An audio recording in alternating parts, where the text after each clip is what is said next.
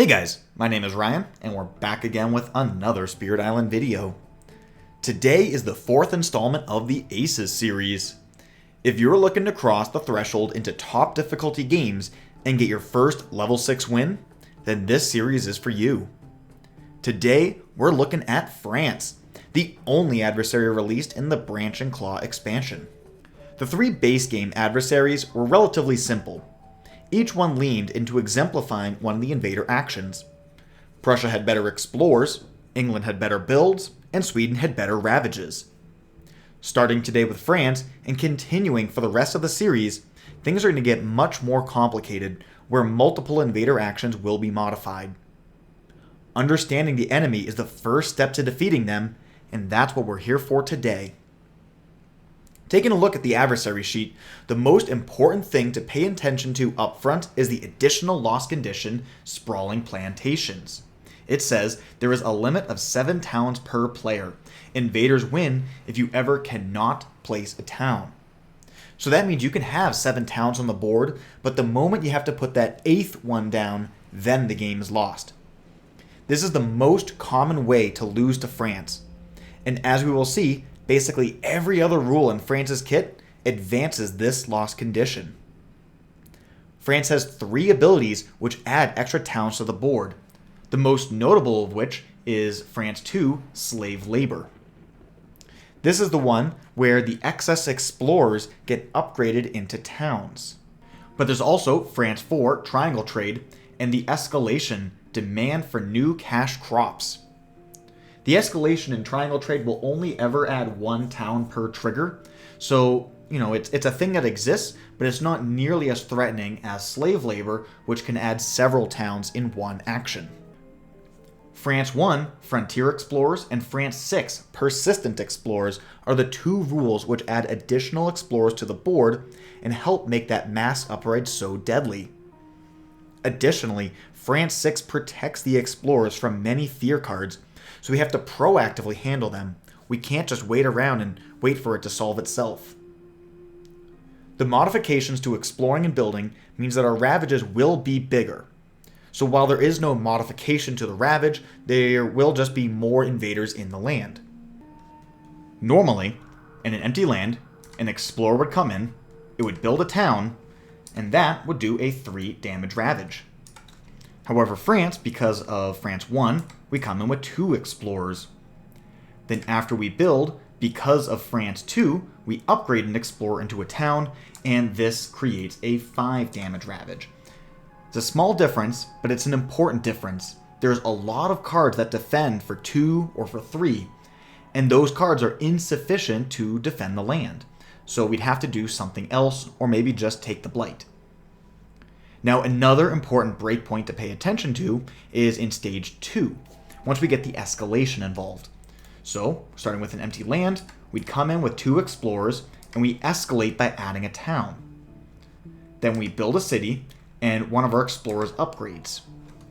This is going to be an 8 damage ravage. There's very few effects in the game, and nothing in the minor power deck that can single-handedly defend 8 damage ravages. So in the case of an escalation, building up like so, we must find another way, or else we're forced to take that blight. This of course does not take into account the fact that France 6 is just going to have explorers all over the place, and so we might not be starting with an empty land. If there was just 1 explorer in the land to get started, under normal conditions we'd add 2 more, and then we'd build 3 towns, and that is a 7 damage ravage. Okay, then we do the same exact thing by starting with an escalation. So we start with 1 explorer, we get 2 more, we get a town from escalation, build a city, 2 of these guys upgrade, and now, check it out, we're looking at a 10 damage ravage. That's insane. Now, while this is a lot of damage, France has no built-in resilience. So if we're able to proactively handle these problems and we're able to get ahead on the board, there's just nothing that they can do to come back. Explorer control and wild tokens are particularly strong in this matchup. In fact, all of the tokens are quite good. You see, beasts will have different events that can kill explorers, do damage, push things around, disrupt the adversaries in all kinds of different ways from events. Disease denies a build, and if the build is denied, then France 2 does not trigger. Badlands makes our damage dealing powers more efficient. And then there's Strife. As a part of France 2, in addition to the Explorer upgrades, there's also the Slaves Rebellion event. Whereas all of the other events in the deck have a mix of good and bad effects, Slaves Rebellion is strictly positive. With some proper setup, we can take a good event and turn it into something absolutely phenomenal. Now, I trust that if you're pursuing a level 6 win, then you're familiar with the text of the level 2 event. So what I want to draw your attention to is the timing of the event. Turn 4 is when we will see it for the first time, and turn 8 is when we will see it for the second time. Remembering these timings is important. It's a free action that is strictly to our benefit. It behooves us to plan around it accordingly. There are many spirits who do not actively use Dahan in their primary game plan, but even they would be happy to get a free Dahan on the board, as well as getting that free town kill. If we have the opportunity to add more strife in the first 3 turns, we can make a good event into something incredible. But while this is a great tool in our favor, we cannot get too relaxed, since it's actually pretty easy to lose before we ever see this event. So here's our 3 keys to beat France. First, manage towns. The 7-town loss condition is the primary way that we will lose against France. Every turn, we must be aware of how many towns will be built in the upcoming invader phase, and whenever possible, we should have a small cushion to insulate us from an unfortunate event. When killing invaders, we should consider prioritizing explorers over towns. 2 damage will kill a town, but that same 2 damage can kill 2 explorers, and that will reduce the total town count on the board by a little bit more. This is unintuitive, and it does mean that we're going to earn less fear. However, it's often necessary to survive another turn. Additionally, if we're defending a land but don't have Dahan, then we're not reducing the town count on the board. Given the choice between defending a land without Dahan or killing towns elsewhere, it's often correct to just let the blight through and protect ourselves against the primary loss condition of the 7 towns. These trade-offs will lead to less fear being produced, which can jeopardize our ability to win. At every stage of the game, France gets better and better at building more towns. In Stage 3, starting from all empty lands, we're building 8 towns a turn. Just 1 build action can lead to a loss. It's crucial to deny town builds wherever possible, but we must not get overzealous, or else we may just lose because of our inability to win. Second, prepare for Slaves Rebellion. There's only a handful of spirits which add strife as a part of their base kit. If you're playing one of these 5, then you can go buck wild building up a massive Slaves Rebellion turn. But pay attention to the wording of the Dahan portion of Slaves Rebellion. It says invaders with strife take 1 damage per Dahan present. It does not say that Dahan deal damage, it says that invaders take damage. So let's just say we have a situation where we have, maybe we have like 4 towns and 2 Dahan in a land. And all of these towns have a strife on them. If it said something along the lines of like in lands with strife, each Dahan deals damage, we'd only kill 1 of these. But the way it's worded, all 4 of these would die, and we would get 4 new Dahan on the board. Much, much better for us. So it doesn't take very many Dahan to turn a stacked up land into something very nice for us. Now, if you're not playing one of those 5 spirits and you're not setting up Magical Christmas Land, there are a few cards in the minor power deck which will add strife. These very well could be worth prioritizing in the first couple turns if they're presented to you, because it'll make that Slaves Rebellion so much stronger. There's also fear and event cards which can randomly add strife. Strife on any invader, including explorers and cities, will lead to bonus kills. And even without the bonus strife, getting a free town kill anywhere on the board through proper setup of pieces is very helpful, It relieves pressure off of that lost condition. Unless something modifies the event deck, Slaves Rebellion hits on turn 4 and 8. Turn 4 is going to be the turn where the last stage 1 card is Ravaging and the first stage 2 card is Building. After that resolves, we'll get an extra event, and then it goes 3 under. So that means it's going to be turn 8 before we get it again. And turn 8 will be when the last stage 2 card is Ravaging and the first stage 3 card is Building. The second use of Slaves Rebellion is much stronger than the first. Instead of adding just 1 strafe, we get 2. And on top of that, we also get a free town kill. In addition, the strifed invaders will take a damage before going to the Dahan portion. This means that a city can be killed with just 2 Dahan, and a town can be killed with just 1. By the time Slaves Rebellion comes around for the second time, we should be prepared to win that turn. It is so late in the game, we should be quite strong, and this event can kill 2 cities for us. If we do not win with the second Slaves Rebellion, we could be in trouble. Those stage 3 build cards, like we talked about, build at double the rate, and we could lose in one single build. Our third key to victory is escalations. It's possible for us to lose as early as the turn 2 build step. From the moment the game begins, we have to come out guns blazing to avoid early catastrophe. While we do have Slaves Rebellion to look forward to, we cannot get complacent and let the game spiral out of control before then. While we're setting up in stage 1, we want to think about how we're going to handle escalations down the road. France escalation pushes 2 different loss conditions simultaneously by either adding a town or a blight. Because France 5 makes blight removal a lot less useful, we generally want to add a town when possible. However, we can only do so if one of the terrains has no buildings. Only one of the 2 lands needs to have no buildings, so as long as one of them is empty, the other one can be a full-blown metropolis, and we can still choose to take the town. In fact, having one land with buildings and one without very well could be perfect. This way we can always choose whether to take a town or a blight as preferable based on the state of the game. In order for us to set up escalations, we may need to invest actions into lands that are currently inactive.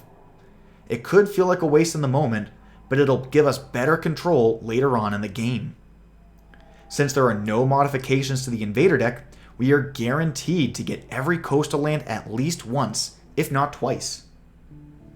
Therefore, assuming all else is equal, it's often better to proactively clear the inlands of the buildings. It's possible that we go from a coastal card straight into another card with a matching terrain with an escalation. And in those situations, we will go straight from the build, straight to the explore with no opportunities for actions in between, and we are forced to take a blight that we may not have wanted. If we clear the inlands, then after the coastal does this thing and builds up, then, let's just say like the sands or whatever comes in, the inland sands can be one that we can just add a town to, and we're not forced to take a blight if we don't want to. So with these keys in mind, who's today's ace? Well, any one of those Strife Spirits that I showed before are all fantastic picks here. Adding Strifes leads to bigger, more dramatic Slaves Rebellion turns, and there's still strong spirits outside of that gimmick. But today's ace is Thunderspeaker. Thunderspeaker has all the tools we want for a proactive game against France. We have the best Dahan mobility, so any defend card will be valuable. In addition, we have Sudden Ambush. This 2-cost card very efficiently can clear out large piles of explorers fast. Then we have Manifestation and Lead the Furious Assault, which do a great job of destroying towns and cities. We have a fantastic toolkit for brawling, and that's exactly what we need to take on France. If you don't want to play Thunderspeaker, I think any kind of a fighting spirit is good here. So you could do like a Devouring Teeth, Rising Heat, you could do something like a Keeper or a Sharp Fangs. You have a lot of great choices here. And as I mentioned before, tokens are really strong, and Lure is Mr. Everything for when it comes to tokens. Now, as far as starting boards go, When we're playing Thunder Speaker, we want to pick a board where it's easy to group up Dahan. We want to build up 2 armies, either turning into like a 3-3 split or a 4-2 split. Now, boards A, B, F, and H all have a starting Dahan far away from the rest. So we can see that this guy here, he's 2 steps away from being able to be paired up with anyone. And that's not ideal. I recommend playing C, D, E, or G. As you can see, we're playing on board C, which has a great setup so we can make a 4-2 split. We already have our 2 guys right here, and then these 4 can be pushed together all in a single action. We could gather 2 into the 5, and then bam, 4-2 split, and we're rocking and ready to go. So with that all being said, let's get right into it.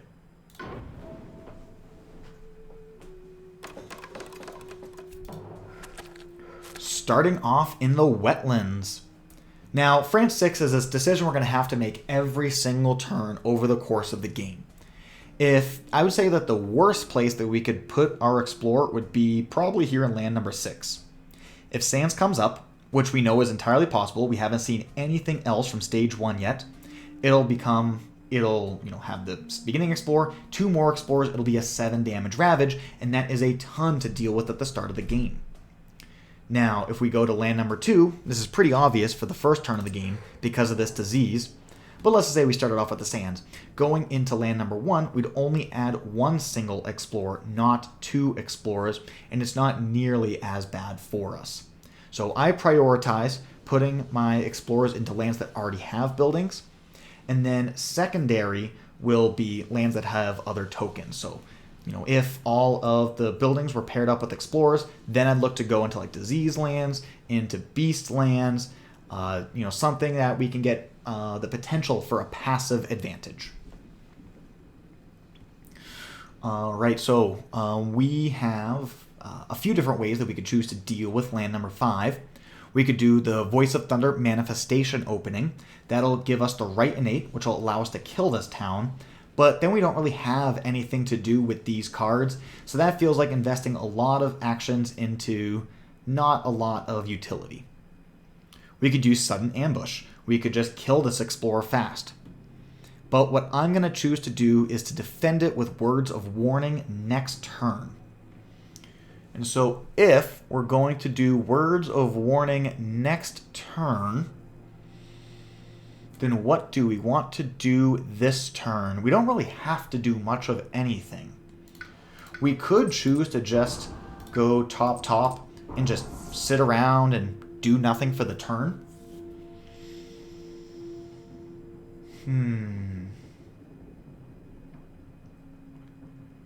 Or, we could do a Voice and Manifest and then kill here.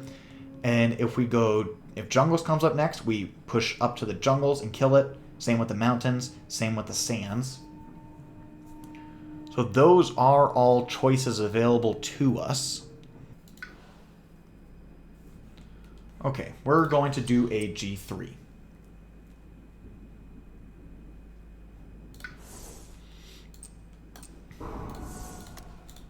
This is the most amount of power that we can put out on turn 1. This is our strongest possible turn. Yep, and we got the sands. And in fact, actually the sands, this is amazing for us because now Sudden Ambush, we can pair these 2 Dahan together like we want to anyways, and we can kill both of these Explorers all with the same action. So we only have to play 1 card next turn, and then we could just, reclaim and be 1 energy ahead than we would have otherwise. And I'm realizing now I probably should have put my extra presence here, so that way I don't need to put all of my stuff right here on the coast. But we do need to have 2 presence, 2 Dahan to make manifestation work. So we'll have to push out like so. Although actually, I had to decide that before seeing the Explorer, and we didn't know if we're going to go to the 1 or to the 7, so I stand by that decision. Okay, now we can just go top, gain ourselves a whole bunch of energy, and then set ourselves up for a pretty free and clear next turn.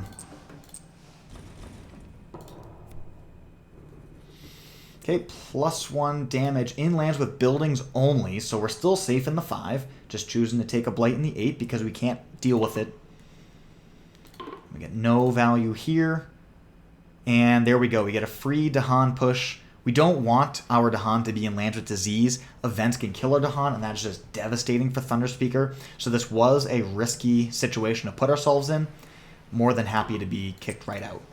It also allows me to, handle this guy. Ooh, and we skipped the low number 1, so we get to save our disease for the future. That is fantastic.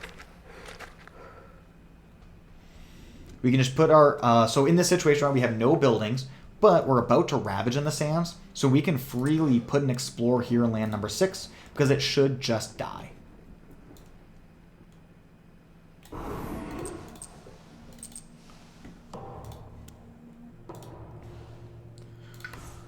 And we set ourselves up for a very nice reclaim.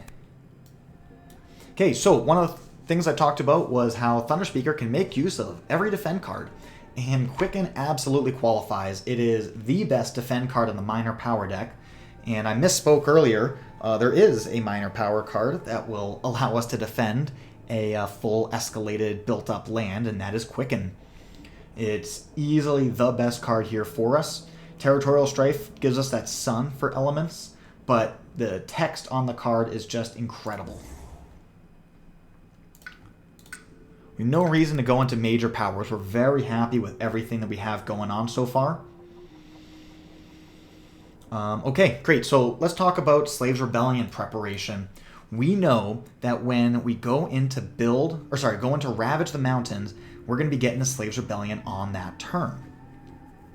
So we could use it for a free town kill. Oh my gosh. Free town kill in land number 3 or land number 7. Well, we could use Bat Scout and do 2 damage in land number 3, killing off a town.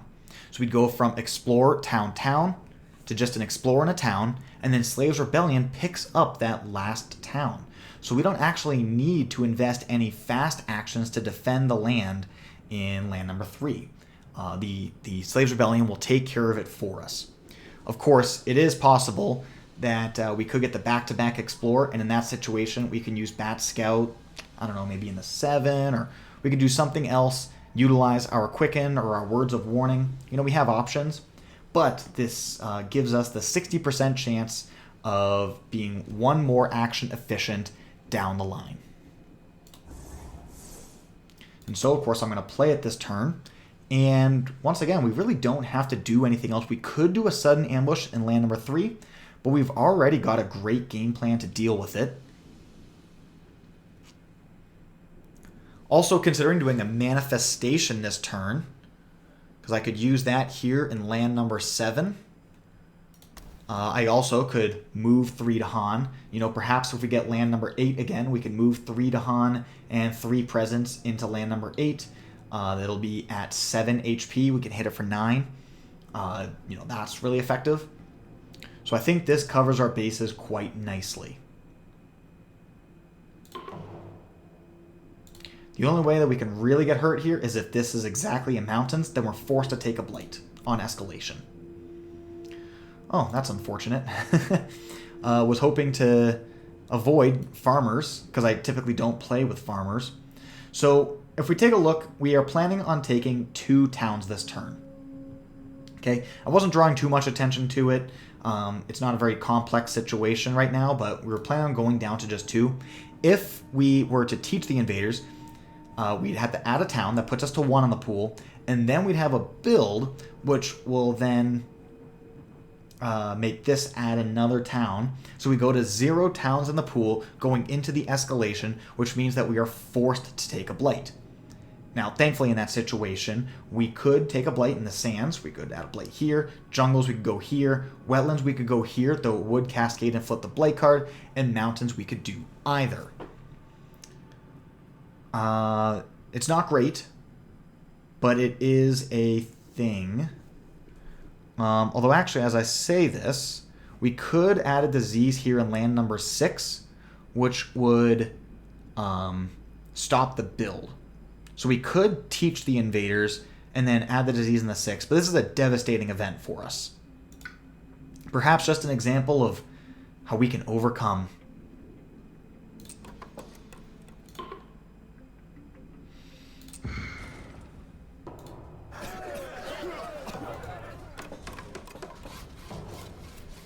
Okay, and then we escalate in the wetlands. Definitely want to add a town here so we don't want the Blight Cascade. We would be very sad.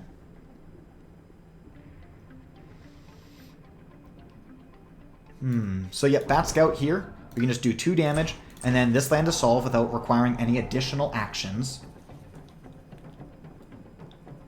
And then... Well, losing the Dahan here really do not like that. Because it is 7, I was going to say we could bring in 3 Dahan and then not bring these presents in, but then the manifestation would leave an explorer behind. And then there would be no Dahan here left in land number 7, so we might as well just bring the presents out with it. Yeah, that's a very challenging situation for us. And I'm not a big fan of it. We'll probably proactively manifest here, and then get our Dahan through like Voice of Thunder and whatever else to move us into the 5. Maybe do a Voice of Thunder Words of Warning, and if we do that, then we don't use Bat Scout to kill in the 3, just so that way we have use for this Words of Warning. So if we did... Or another option is we could gather 3 Dahan in, kill it with the manifestation, Bat Scout to bring these guys back out, and then we could go defend. That's an option. So if we go here... Man, this just got so much harder with just losing 1 single Dahan. It's very punishing for that to happen to us.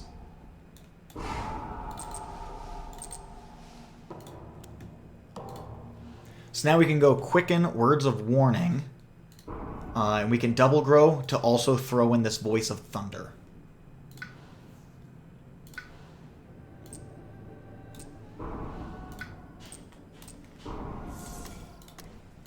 This gives us access to the right innate as well as the left innate, so we should be okay. I believe in us.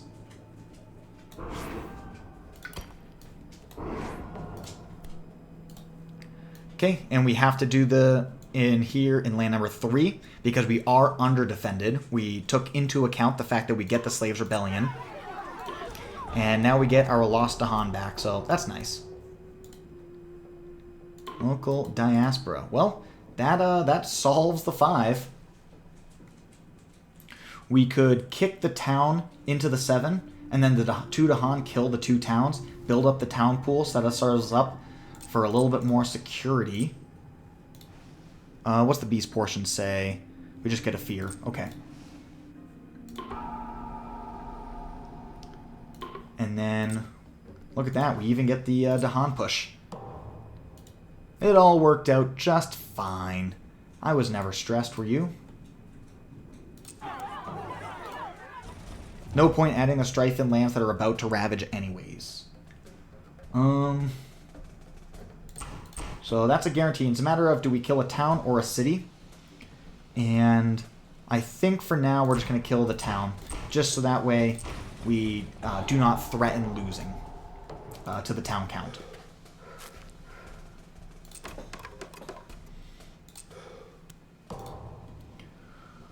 Alright. Push these guys out.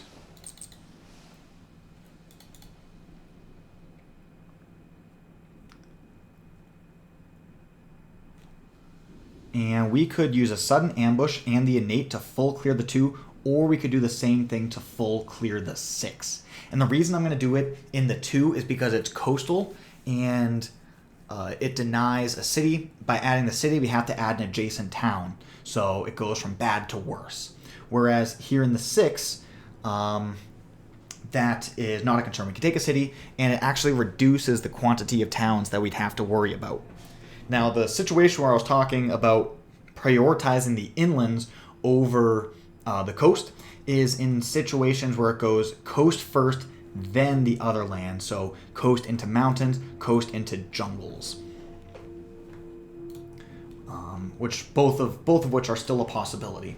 But right now, in the current situation, we're just going to pop this and get our Dahan in here. Let's see, I believe we can go for the Reclaim one that gets up to 6 energy, so we could do a manifestation in land number 6 to proactively deal with that. Sudden ambush in the 2. And while we're only playing 2 cards for the turn, we're in a beautiful position. Just creating a Sacred Site, because why not? Those guys are not going to be moving. Well, let me just double check in case we... how much HP is going to be here. So it's going to be 3 towns, a city, and an explorer. So that's 10. So right now that's 12. So we're A-okay.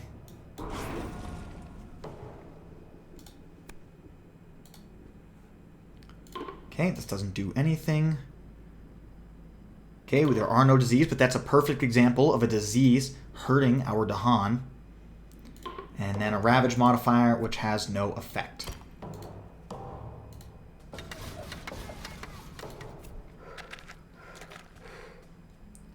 Okay, we can either take a Blight in the 7, or we can just add a town into land number 3, and we are going to go for the town.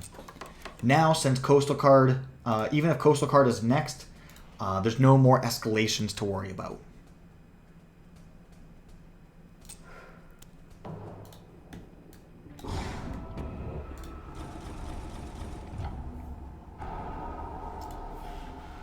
Okay.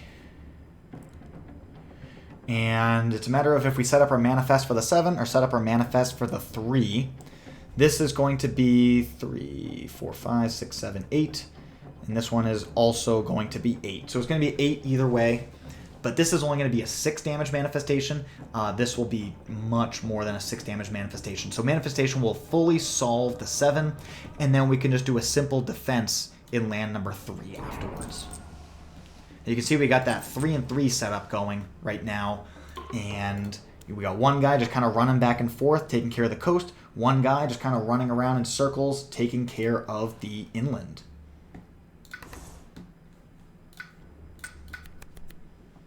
This is exactly how we want things to go.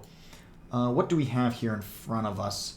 Nothing that is super compelling. Scour the Land is the type of card that you could always use against France. In an oh crap moment, killing 3 towns and an infinite number of explorers is very likely to be worth a single Blight.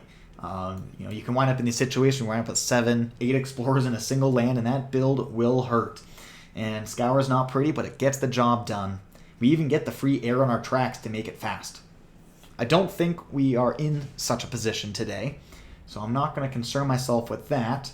I think I'll just take the 0-cost Swarming Wasps. Not because it's anything special, but just throwing down beasts gives us opportunities for some free value.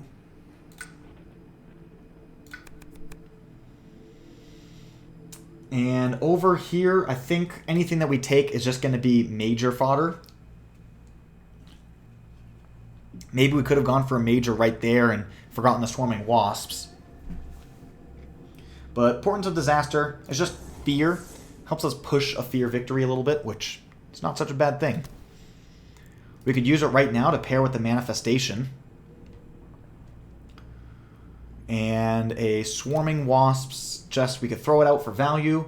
Also gives us access to our left innate in order to move these Dahan over, setting up for the Quicken.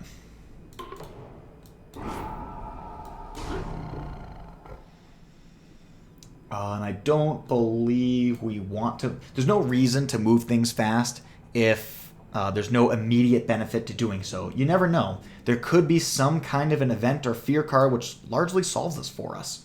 And so waiting to see until we have all the information possible is for the best.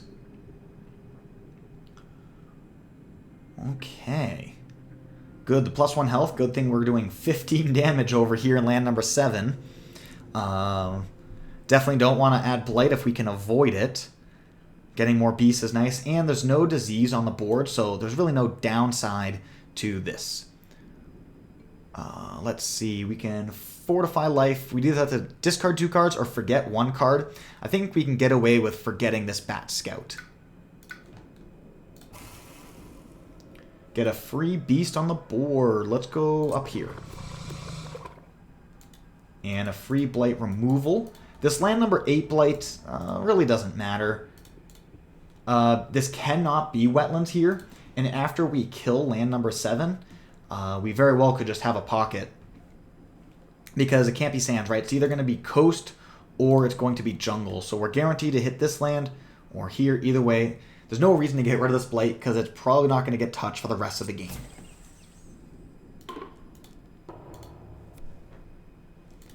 Strife and land with or adjacent to beast.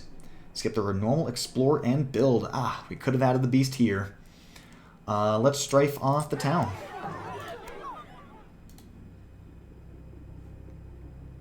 Okay, pushing from an inland land. If we were to push this explorer here, or either of the explorers in, but really the jungle, because that's one that could be active, how much HP will be in this land? Currently, we're looking at 8 with 4 invaders, puts us up to 12. Adding 3 more puts us up to 15, and we're hitting for 15. So that is totally fine.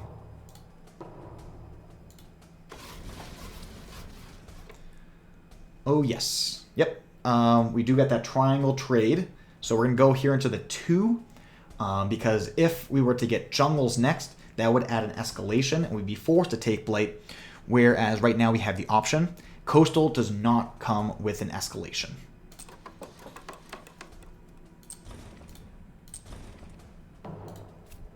And we did get coast. But it's good to protect those interests. And we'll just go here into the beast land, right? We prioritize buildings. There's no options for that. Next would be beast. Okay, manifestation gets a nice clear up on everything. We have our ability to kill 1 town. So that triangle trade kind of helped us. Because it reduced an explorer from coming down, and it gave us a free fear.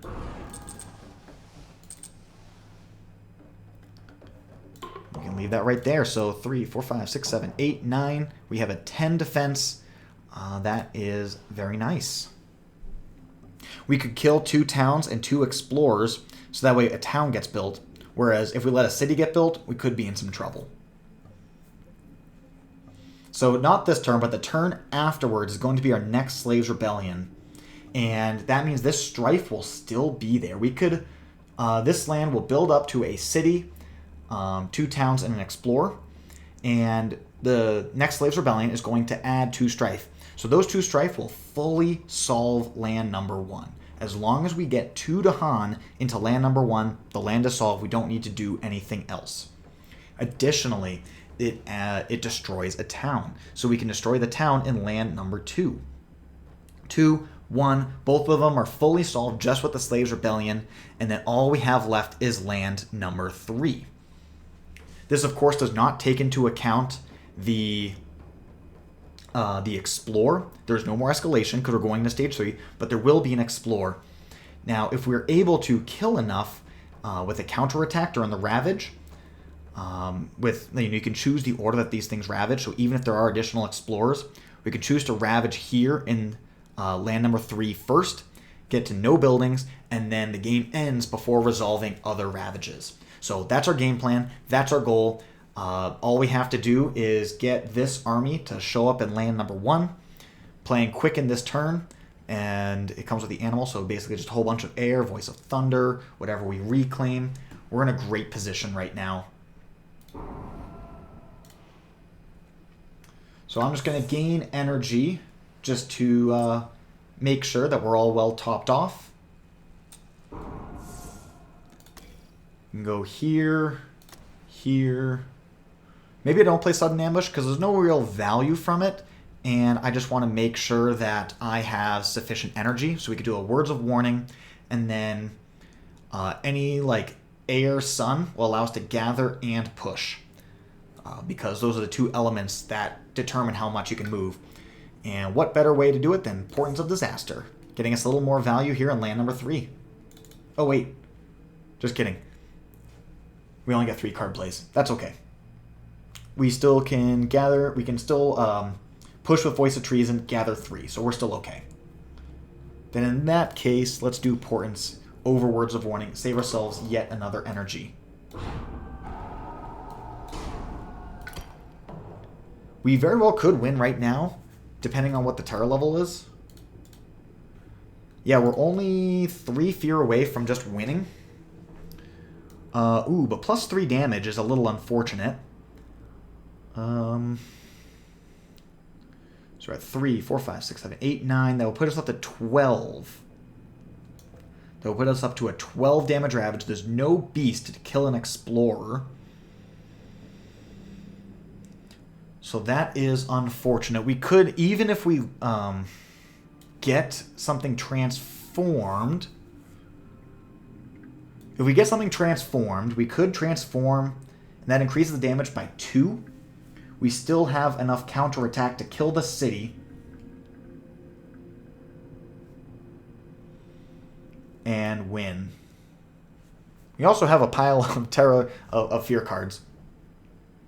But killing the city with the +1 fear from Portents will be enough to get us to terror level 3, and so we probably just win the game right here.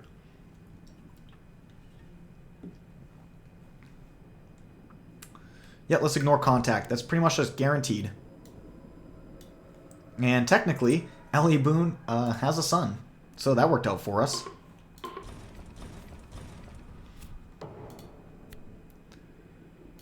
Okay, Explorer doesn't affect the coast. That's nice.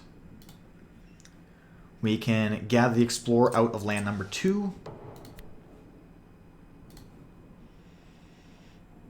And this is inconsequential.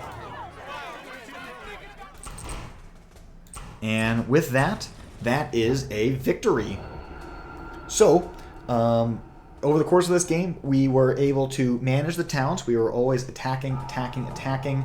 I don't think we went a single turn without making attacks. On the very first turn of the game, I considered not attacking, and changed my mind, took a more proactive line, and that wound up being incredibly successful. We were cognizant of the escalations. We were making sure that at no point were we forced to take Blight when we did not want to.